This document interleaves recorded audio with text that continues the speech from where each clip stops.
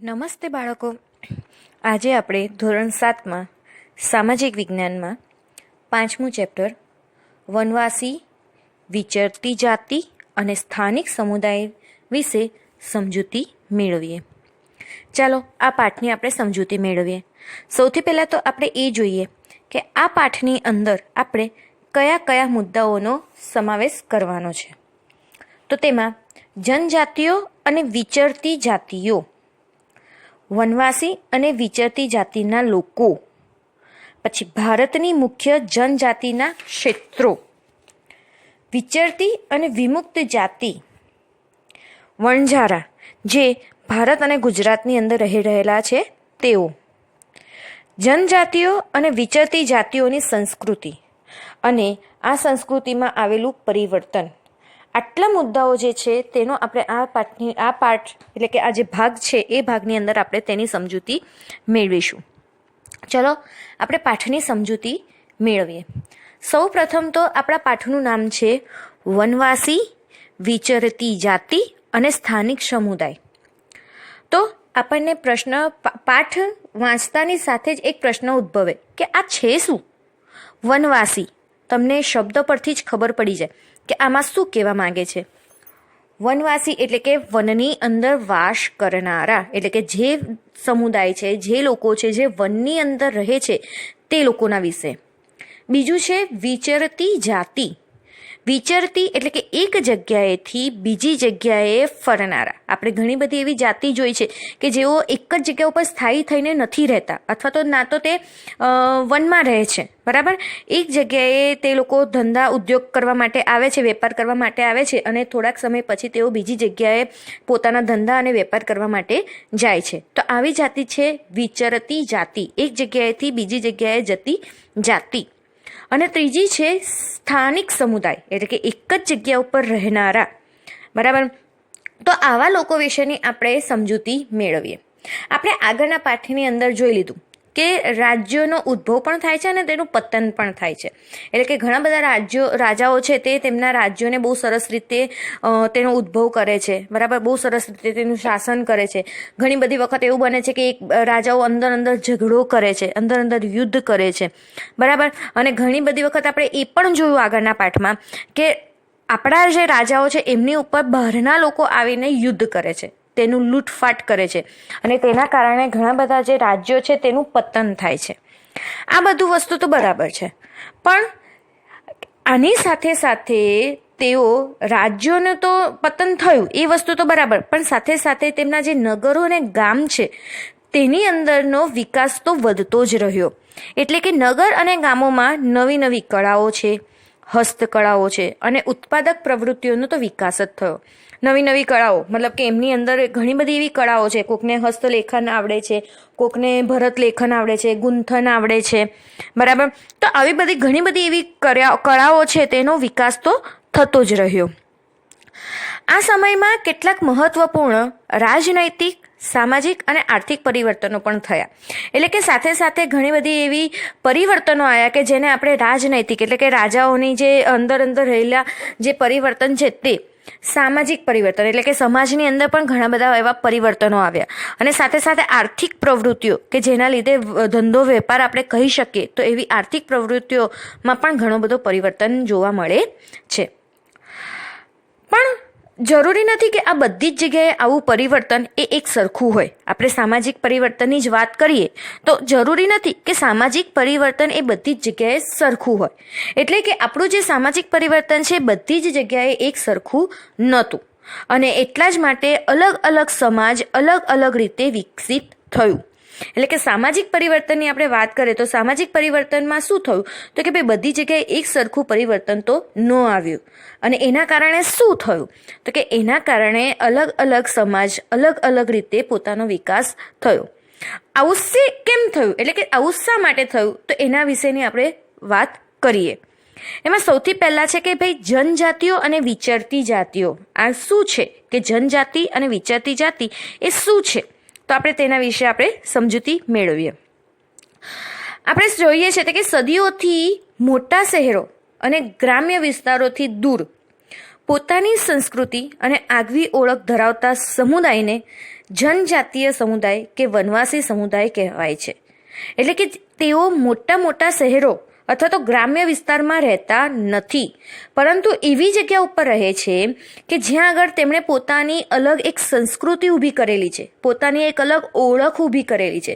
અને આવી ઓળખ અને સંસ્કૃતિ ધરાવતો જે આખો સમુદાય છે એ સમુદાયને કહેવાય છે જનજાતીય સમુદાય અથવા તો વનવાસી સમુદાય કહેવાય છે, જેઓ કોઈ મોટા શહેરમાં કે ગ્રામ્ય વિસ્તારમાં રહેતા નથી. તેઓ એક અલગ એવી જગ્યા ઉપર રહે છે કે જેમણે પોતાની અલગ સંસ્કૃતિ બનાવેલી છે, પોતાની અલગ એક ઓળખ બનાવેલી છે.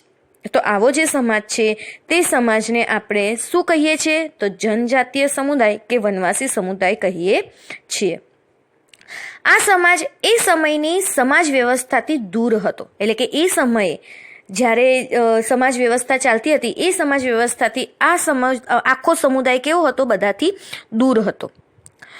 પ્રત્યેક જનજાતિના જે સભ્યો છે એ કબીલાઈ પ્રથાથી એકબીજા સાથે જોડાયેલા હતા. યાદ રાખજો મિત્રો કે પહેલાના જે જનજાતિના સભ્યો હતા એ કબીલાઈ એટલે કે એક આખો આપણે અત્યારે એક ફળિયું કહીએ, બરાબર? તો એક ફળિયું કેવું હોય છે કે એક ફળિયાની અંદર 10-12 ઘર આવેલા હોય અને એ બધા એક આખું એક 10-12-15 ઘરનું એક ફળિયું બનાવે. હવે ફળિયાને બી તમે બરાબર નહીં સમજી શકો કારણ કે આપણે તો સિટીમાં રહીએ છીએ, એટલે આપણે સોસાયટીને શબ્દને સમજી શકીએ છીએ કે આપણી સોસાયટી કેવી છે. તો કે ભાઈ અમુક ઘરને લઈને એક સોસાયટી બને છે. તો ગામડાની અંદર એવી રીતના અમુક ઘર ભેગું કરી અને એક ફળિયું બને છે. તો આ જનજાતિના સભ્યો છે એ સભ્યો અમુક લોકોના ભેગો એક પરિવાર જેવું થઈ અને અમુક સભ્યોનો ભેગો થઈ અને એક કબીલા પ્રમાણે એટલે કે કબીલાઈ તરીકે તેઓ એકબીજા સાથે જોડાયેલા હતા. આવી રીતના અલગ અલગ સોસાયટી આપણે જોઈએ છે તે રીતે અલગ અલગ કબીલાઓ તે સમયે હતા. તેઓ શું કાર્ય કરતા હતા? તો કે તેઓ શિકારી, પશુપાલક અને સંગ્રહખોર તરીકે તેમજ ઓછા વત્તા અંશે ખેતી દ્વારા પોતાનું જીવન પસાર કરતા હતા. એટલે કે તેઓ શિકાર કરતા હતા. જંગલમાં વનવાસી એટલે કે જંગલમાં રહેનારા, બરાબર? તો જંગલમાં રહે છે એટલે એમનું મુખ્ય કામ તો શું હોય? શિકાર કરવાનું. આપણે ભણી ગયા છે આગળ પણ, બરાબર ને, કે પહેલાના સમયની અંદર શિકાર કરવામાં આવતો હતો, બરાબર ને? તો તેઓ શિકાર કામ કરતા હતા. સાથે સાથે પશુપાલક એટલે કે પશુઓનું પાલન કરવું, બરાબર? તો તેઓ પશુઓનું પાલન પણ કરતા હતા. સંગ્રહખોર, આ શબ્દનો મતલબ થાય છે કે સંગ્રહ કરનારા. એટલે કે આપણે જાણીએ પહેલાના સમયની અંદર તે લોકો શિકાર કરતા અથવા તો જે ખેતી કરતા હતા એમાંથી જે પણ કંઈ વસ્તુ મળતી હતી, ખેતીની અંદર જે પણ એ લોકો કોઈ પણ ઉત્પન્ન કરતા હતા, તો એ તમામ વસ્તુનો અથવા તો કોઈ શિકાર કરીને આવ્યા હોય તો તે તમામ વસ્તુનો તે સંગ્રહ કરતા. એટલા માટે તેમને કહેવાય સંગ્રહખોર. એટલે કે તેઓ સંગ્રહ કરવાનું પણ શીખેલા હતા. અને સાથે સાથે થોડા ઘણા અંશે, ઓછા વત્તા એટલે કે થોડા ઘણા અંશે તેઓ ખેતી કામ કરી અને પોતાનું જીવન ચલાવતા હતા. જંગલ અને પ્રકૃતિ તેમના જીવન પર સૌથી વધુ અસર કરતા પરિબળો હતા. એટલે કે તેમના માટે સૌથી મોટું વસ્તુ શું? તેમના માટે સૌથી મોટી મિલકત કહી શકાય તો જંગલ અને પ્રકૃતિ. આ બંને ઉપર જ તેમના જીવન પર મોટી અસર કરનારા વસ્તુઓ હતી. તો મિત્રો યાદ રાખજો કે જંગલ અને પ્રકૃતિ તે તેમના જીવન પર સૌથી વધુ અસર કરનાર પરિબળ હતા. તેમના ઘરો પ્રાકૃતિક સંસાધનોથી જ બનેલા હતા. પ્રાકૃતિક સંસાધનો એટલે કે પ્રાકૃતિક એટલે કે પ્રકૃતિ. તો પ્રકૃતિ દ્વારા મળેલા સંસાધનો એટલે કે સાધનો. તો પ્રકૃતિ દ્વારા જે પણ સાધનો મળેલા છે એ સાધનોનો ઉપયોગ કરીને તેઓ પોતાના ઘરો બનાવતા. જેમ કે પાંદડા છે, લાકડા છે, બરાબર ને, વાંસ છે, આ બધી વસ્તુઓનો ભેગું કરી અને આ બધી વસ્તુઓમાંથી તેઓ પોતાનું ઘર બનાવતા હતા. એટલે કે તેમના ઘર કેવા હતા? પ્રાકૃતિક સંસાધનોથી બનેલા. આમાંની કેટલીક જાતિઓ એક જગ્યાએથી બીજી જગ્યાએ ભટકતી રહેતી હતી. મેં હમણાં જ તમને કહ્યું એમ કે કેટલીક જાતિ શું કરતી હતી? તો કે પોતાના ધંધા રોજગાર માટે એક જગ્યાએથી બીજી જગ્યાએ તેઓ રહેતા હતા, જેને આપણે વિચરતી કે વિમુક્ત જાતિ તરીકે ઓળખીએ છીએ. એટલે કે આ જાતિ એક જ જગ્યા ઉપર રહેતી નહીં, થોડાક સમય એક જગ્યાએ રહે તો થોડાક એના પછીના સમયે બીજી જગ્યાએ જોવા મળે, એના પછી થોડા સમયે ત્રીજી જગ્યાએ જોવા મળે. એટલે કે પોતાના અનુકૂળતા પ્રમાણે, પોતાના ધંધા રોજગાર પ્રમાણે તે એક જગ્યાએથી બીજી જગ્યાએ ભટકતી રહેતી. અને એટલા જ માટે આ જાતિને કહેવાય છે વિચરતી કે વિમુક્ત જાતિ તરીકે ઓળખીએ છીએ. જનજાતિના લોકો જમીન પેદાશો પર સંયુક્ત રીતે નિયંત્રણ રાખતા અને પોતાના બનાવેલા નિયમોને આધારે પરિવારોમાં પણ તેની વહેંચણી કરતા. એટલે કે આ જે જનજાતિના લોકો છે, બરાબર, એ લોકો પોતાને જમીન અને જે જમીનમાંથી જે પેદાશ મળે છે, આપણને ખબર છે જમીનની પેદાશ એટલે કે જમીનમાંથી આપણને જે પણ કઈ વસ્તુ મળે છે તેને આપણે જમીનની પેદાશ કહીશું. જેમ કે આપણે ખેતી કરીએ છીએ તો આપણને ઘઉં, ચોખા, બાજરી, બરાબર, ફ્રૂટ છે, શાકભાજી છે, આ બધી વસ્તુ આપણને જમીનની પેદાશો કહેવાય. એટલે કે જમીનમાંથી આપણને મળતી વસ્તુઓ, તેના ઉપર તેઓ નિયંત્રણ રાખતા હતા. અને એમણે જે નિયમો બનાવેલા હોય એ જ નિયમોના આધારે તેઓ તેમના પરિવારોને પણ રાખતા હતા. તેમનું જીવન સામૂહિક સ્વરૂપનું હોવાથી તેમની અર્થવ્યવસ્થામાં પણ સામૂહિકતાનો સિદ્ધાંત આપણને જોવા મળે છે. એટલે કે તેઓ જ્યાં પણ જતા ત્યાં સમૂહમાં જતા, એમનો આખો પરિવાર લઈને જતા. અને એટલા જ માટે તેઓ સમૂહમાં રહેતા હતા. એટલા જ માટે એમનું જે અર્થવ્યવસ્થા છે, એમનું જે આખું માળખું છે, એમણે જે આખું વ્યવસ્થા બનાવેલી છે, એ વ્યવસ્થા તેમની કેવી દેખાય છે આપણને? સામૂહિકતાનો સિદ્ધાંત આપણને તેમાં જોવા મળે છે કે ભાઈ બધા સાથે રહે. સામૂહિકતાનો મતલબ થાય છે બધાએ સાથે રહેવું, બરાબર. તો આવું સાથે રહેવાવાળો સિદ્ધાંત આપણને જોવા મળે છે. જુદા જુદા સમુદાયોમાં સામાજિક સમાનતા જોવા મળતી હતી. ભલે સમાજ અલગ અલગ હતા, સમુદાયો અલગ અલગ હતા, પરંતુ એ બધાની અંદર આપણે હમણાં જ કીધું કે કબીલા એ લોકોના અલગ અલગ, આપણે સોસાયટી કેવી અલગ અલગ સોસાયટી પ્રમાણે અલગ અલગ ભાગ હોય છે, એવી રીતના તેમના કબીલાઓ અલગ અલગ હતા. એટલે કે સમુદાયો અલગ અલગ હતા, પણ સાથે સાથે તેમની જે સામાજિક સમાનતા હતી તે આપણને સરખી જોવા મળતી હતી. ઉપખંડના વિવિધ ભાગોમાં ઘણી મોટી જનજાતિઓનો વિકાસ થયો. એટલે કે એવા ઘણા બધા ભાગો છે જમીનના કે જેની અંદર આવી મોટી મોટી જનજાતિઓનો વિકાસ થયો. સામાન્ય રીતે તેઓ જંગલો, પહાડો, રણ અને દુર્ગમ જગ્યાઓ પર નિવાસ કરતા હતા. કેટલીક વાર તેમના કરતાં વધારે શક્તિશાળી સમાજ સાથે તેઓ ઘર્ષણ પણ થતો.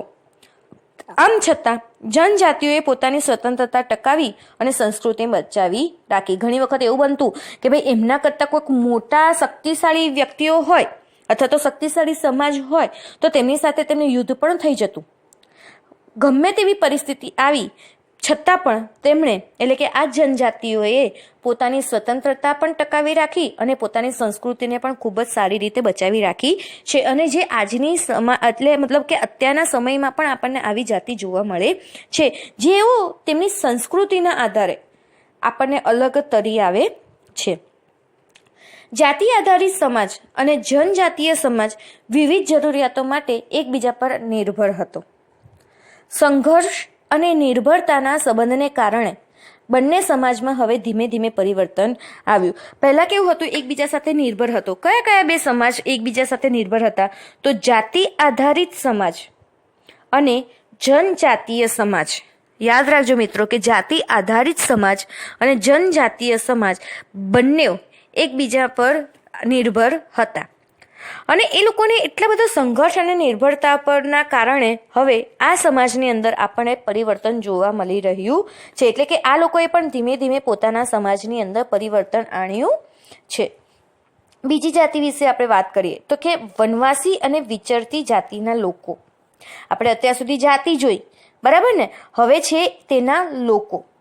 તો સમકાલીન ઇતિહાસકારો અને મુસાફરોએ વનવાસી અને વિચરતી જાતિઓ વિશે બહુ ઓછી જાણકારી આપી છે. આપણે પહેલા પણ જાણી ગયા અને આગળના પાઠમાં પણ જોઈ ગયા કે બહારથી ઘણા બધા મુસાફરો આવતા હતા આપણે ત્યાં મુસાફરી કરવા માટે. થોડા ઘણા વર્ષો અહીંયા રહેતા હતા અને થોડા ઘણા વર્ષો રહી અને તે લોકો એમની જે પણ કંઈ વસ્તુ જોઈ છે, એમણે જે પણ કંઈ નિરીક્ષણ કર્યું છે, એ તમામ વસ્તુને કાં તો તેમણે તેમના ચોપડામાં લખી છે, કાં તો તેની કોઈ યાદગીરી અહીંયાથી લઈને ગયા છે અને તેને સાચવીને રાખી છે.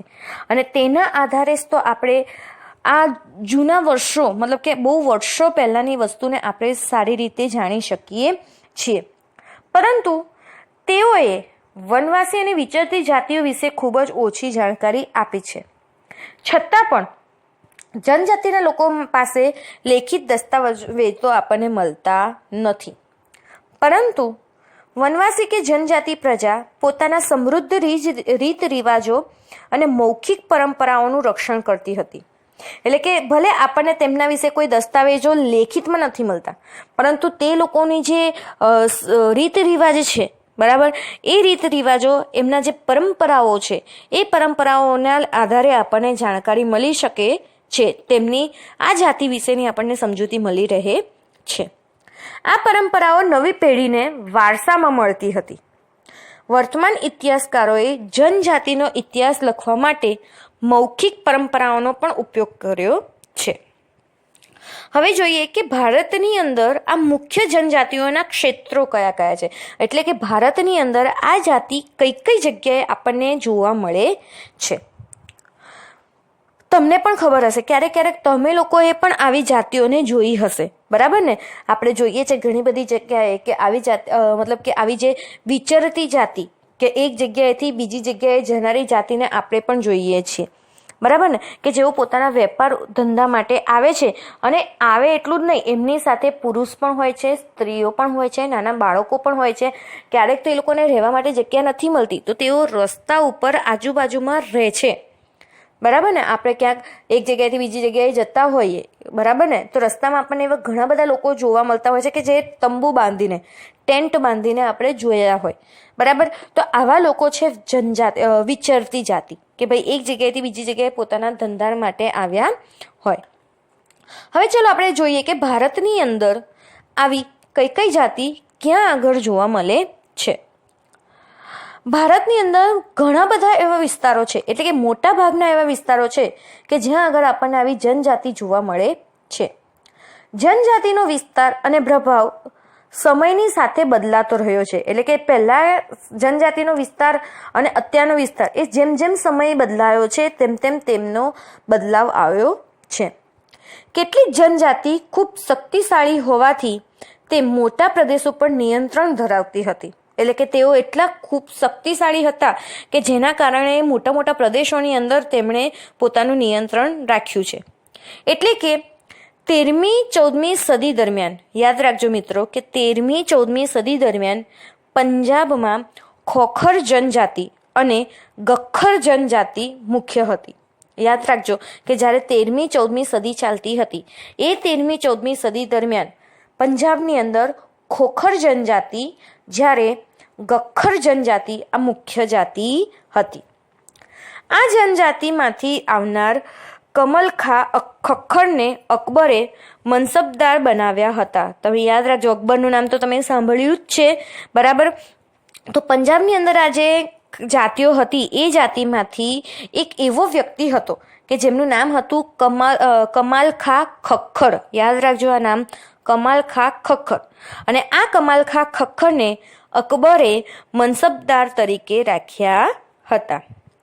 મુઘલો પહેલા મુલતાન અને સિંધના લંબા અને અર્ધુન જનજાતિઓનું આધિપત્ય હતું. એટલે કે જ્યારે મુઘલો અહીંયા આવ્યા, મુઘલો જ્યારે આપણા ભારતની અંદર શાસન કરવા માટે આવ્યા, એના પહેલાના સમયમાં મુલતાન અને સિંઘમાં લંગા અને અર્ધુન, યાદ રાખજો મિત્રો કે મુઘલો આવ્યા તે પહેલા મુલતાન અને સિંઘમાં લંગા અને અર્ધુન જનજાતિઓનું આધિપત્ય હતું. એટલે કે તેઓ પોતાએ રાજ કરતા હતા. ભારતમાં ઉત્તર પશ્ચિમ ભાગની વાત કરીએ તો ભારતમાં ઉત્તર પશ્ચિમ ભાગમાં બલોચ જનજાતિ સૌથી શક્તિશાળી હતી. મિત્રો યાદ રાખજો કે ભારતમાં ઉત્તર પશ્ચિમ ભાગમાં બલોચ જનજાતિ એ ખૂબ શક્તિશાળી જાતિ હતી અને તેના વિવિધ નેતાઓ આગેવાનો ધરાવતા અને નાના નાના કુળોમાં વિભાજિત હતી. એટલે કે તેમના ઘણા બધા એવા નેતાઓ હતા કે જેઓ પોતે આગેવાની કરતા હતા અને નાના નાના કુળોમાં તેમને વિભાજિત કરેલા હતા. પશ્ચિમ હિમાલયમાં વસતી ગટ્ટી ગડરીઓ નામની જનજાતિ મુખ્ય હતી. મિત્રો યાદ રાખજો, પશ્ચિમ હિમાલયમાં વસતી શું નામથી ઓળખાતી હતી? તો ગડ્ડી ગડરીઓ નામથી જનજાતિ ઓળખાતી હતી. જ્યારે ભારતના ઉત્તર પૂર્વ ભાગમાં નાગા, કુકી, મિઝો, અહોમ અને અન્ય જાતિઓનું પ્રભુત્વ હતું. યાદ રાખજો મિત્રો કે ઉત્તર પૂર્વ ભાગમાં નાગા, કિક્કો, મિઝો, અહોમ અને અન્ય જાતિઓનું પ્રભુત્વ હતું. આ પાઠની અંદર તમારે ખાસ યાદ રાખવાનું કે પંજાબની અંદર ખોખર જનજાતિ અને ગખ્ખર જનજાતિ, આમાંથી આવનાર કમરખા ખખ્ખરને અકબરે મનસબદાર તરીકે રાખ્યા હતા. મોગલો પહેલાં મુલતાન અને સિંઘમાં લંઘા અને અર્ધુન જનજાતિ હતી, જ્યારે ભારતના ઉત્તર પશ્ચિમ ભાગમાં બલોચ જનજાતિ એ સૌથી શક્તિશાળી હતી. જ્યારે પશ્ચિમ હિમાલયમાં વસતી ગડ્ડી ગડરીઓ એ ખૂબ મુખ્ય જાતિ હતી. જ્યારે ઉત્તર પૂર્વ ભાગમાં નાગા, કુકી, મિઝો, અહોમ અને અન્ય જાતિઓ પોતાનું પ્રભુત્વ ધરાવતા હતા.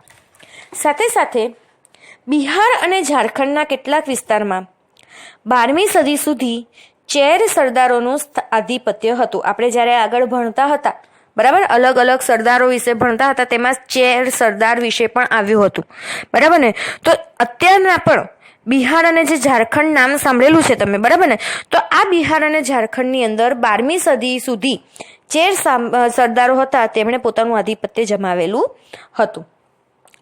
ઈસવીસન 1591માં અકબરના સેનાપતિ રાજા માનસિંહે ચેર જાતિ પર હુમલો કરી પરાજિત કર્યા. એટલે કે જે ચેર સરદારો હતા તેમને ઈસવીસન 1591માં અકબરના સેનાપતિ, યાદ રાખજો કે અકબરના સેનાપતિ માનસિંહે ચેર જાતિ ઉપર હુમલો કરી અને તેમને પરાજિત કર્યા હતા.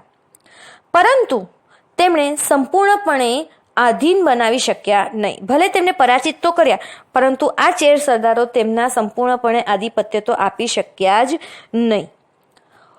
ઔરંગઝેબના સમયમાં મુઘલ સેનાએ ચેર જાતિના ઘણા કિલ્લાઓ કબજે કરી તેમના પર પ્રભુત્વ સ્થાપિત કર્યું.